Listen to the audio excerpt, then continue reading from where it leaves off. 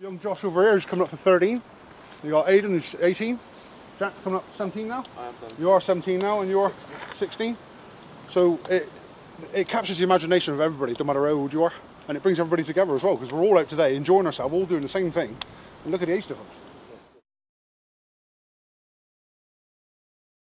So this is Big Wheel Skate Park now, and it's taken us 5 years to get here. From the first consultations and going on trips to see other skate parks, to now having our own skate park. There with everyone's one big community down here. Going down skate parks is a totally different environment. I mean, because with teenagers, you get we're kind of like secluded from everyone else because we cause trouble and stuff like that. And it's just down there, it's completely different because you've got young children bonding with the older teenagers. You've got the teenagers bonding with the parents of the young children. It's all one community down there, and that's what I like about it. How it's brought the community together.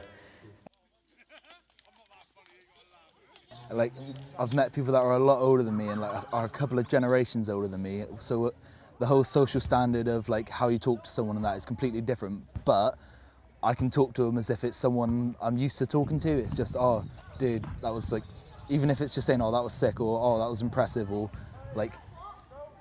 just recognising their skill in something, and then it starts a normal conversation. You end up becoming equal ground instead of oh, he's a little kid, or oh, they're a bloke, whereas I'm a teenager, or I'm younger. Everyone starts off on an equal level. I think that's very important, especially in the community. People being around each other and being able to be confident with each other is very a key thing. I think that's one of the barriers that we face is it's okay to say health and well-being of young people, it's really important. Obesity is an issue, mental health's an issue, Xbox and being in the bedroom is an issue. But it's how do we go about actually enabling young people to explore something different? There's no such thing as a stupid question. If there's anything you don't understand, ask me a question, all right? And the more questions, the better. You can ask each other questions. I'm the founder of Bike Space, and we're predominantly an education project, helping people learn through the medium of cycling.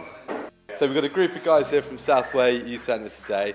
They're here to learn bike mechanics, and the idea is going to be that they can maintain and look after bikes that the youth group own and bikes that the kids bring in up to the youth group. It's really good for young people to try something different to that normal classroom activity. So it's something different from sitting in a classroom learning maths and English to actually be in that practical environment learning something. It's really good for your mind. It really helps you think and helps you think about the bigger picture and other stuff. A really nice thing with the course today is that they actually receive a qualification, an adult qualification, that could potentially help them in the future if they want to work in that kind of outdoor education arena, or perhaps just taking their mates out for a bike ride.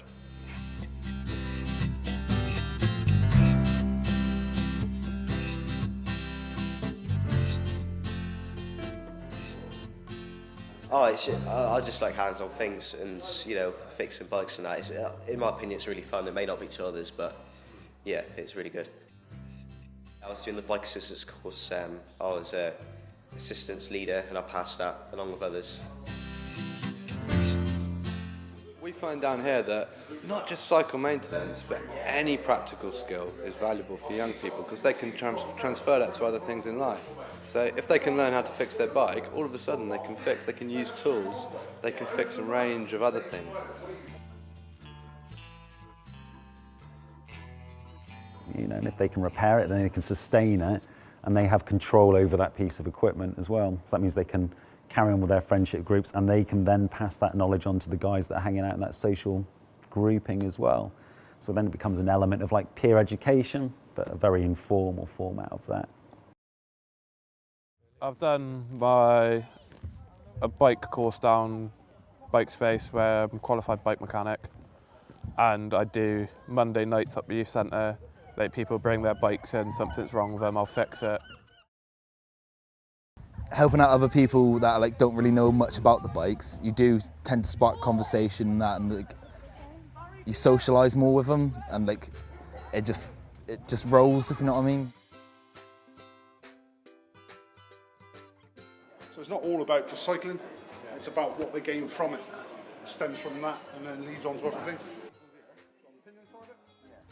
We've had really good success actually in Plymouth with youth groups, youth-related community activity. And it's just that common purpose, takes away everything else. There's just the bikes, there's just the chance to ride them or fix them together, offer advice to each other. It just breaks down all the barriers that might normally stand in the way.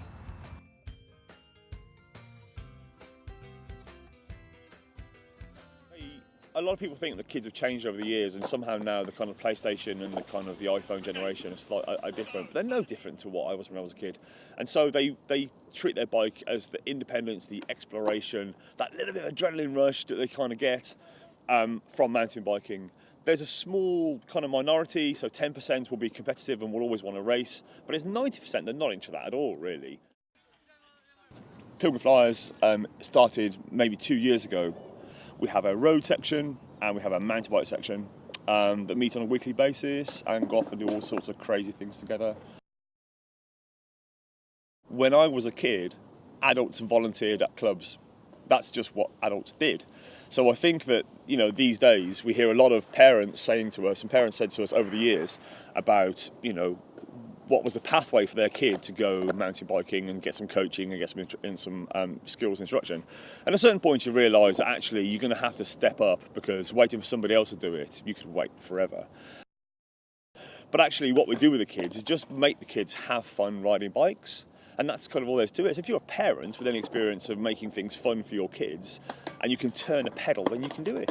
So British Cycling are really good, and British Cycling coaching qualifications are pretty straightforward things to do, really.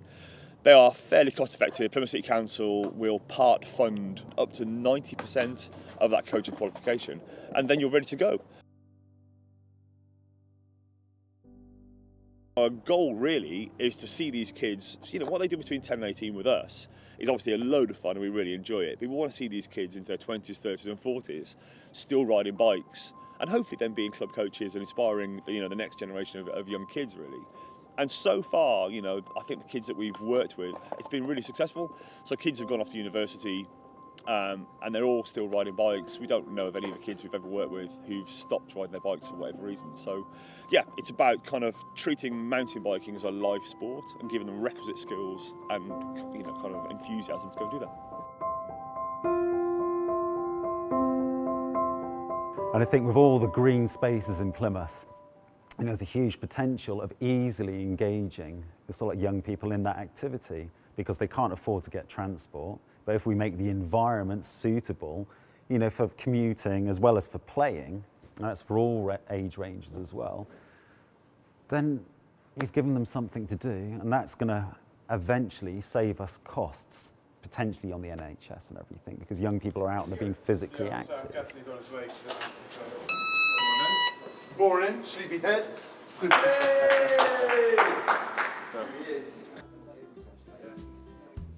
I'm just making sure I've got my drinks, my packed lunch, my hat. Plan for the day is, mate, is to go out, have a look at the infrastructure across Plymouth, and go out and Friday enjoy ourselves and work our way down to Marsh Mills.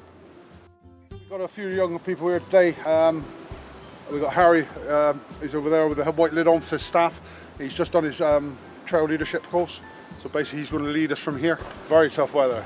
It's going to be very wet, very muddy, very windy. Need to keep an eye on each other, make sure nobody gets too cold. Okay, so we're at Roebury roundabout here, just come out of Southway through Woolwell, and we've stopped here just to have a quick look at one of the better crossings to get across Tavistock Road on our way to Plym Bridge. So this is the Plym Ridge Trail. It's a National Trust maintained man-made trail, and it's great because it sits right next to the National Cycle Network. It's really easy to get to. We haven't got anything like this apart from this around this sort of area, and it's the type of thing that I personally like riding on a mountain bike. It's just, it's flowy, it's fun, it's well made, it's well maintained. It's just something good to ride. And also the two nearest ones built like this are Lanhydrock, which is Bodmin, and Holden Forest, which is on Exeter Hill.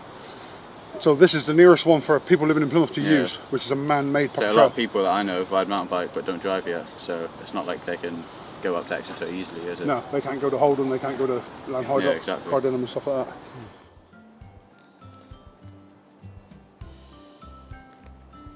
Yeah, I like to go down it, I don't like going up it. Plymouth is full of bits of woodland that are absolutely incredible for mountain biking. So Buds Head Woods, Cannon Woods, Whitley Woods, Southway Woods are all absolutely awesome. And kids are riding there on a very informal basis, but I think that the kids in those kind of, I think, the target areas around the Whitley and Southway, Efford, could be signposted to those woods of things that they could go and do independently, kind of a little bit away from the kind of maybe antisocial things they get pulled into otherwise. And Plymouth City Council, I think, has a responsibility to enable that, really. I think they're the stakeholders and landowners. So we need to give them a social venue or activities which they can choose to do. So they don't have to come to sort of like the club, let's say the youth club, to do something. They can actually have something within their community, in their neighbourhoods that they can engage in. That helps them feel a part of the community, you know, which connects them to the community. And then adult members or older members of the community can hopefully see it in a different light. I think other areas should do what we're doing, if they're not already, because it's really good. I mean, I'll tell you what, we was down there one night and these lot came in a car from Salt Ash to go on the skate ramps for a bit to get some footage. I mean, that's brilliant. How all the way from Salt Ash decided to come down, we all talked and all that, it was all good. It's not just Southway, it's not just Southway skate ramps. We thought it might be, we thought, hey, it's ours, mate, but no, it's not. It's much more than just ours.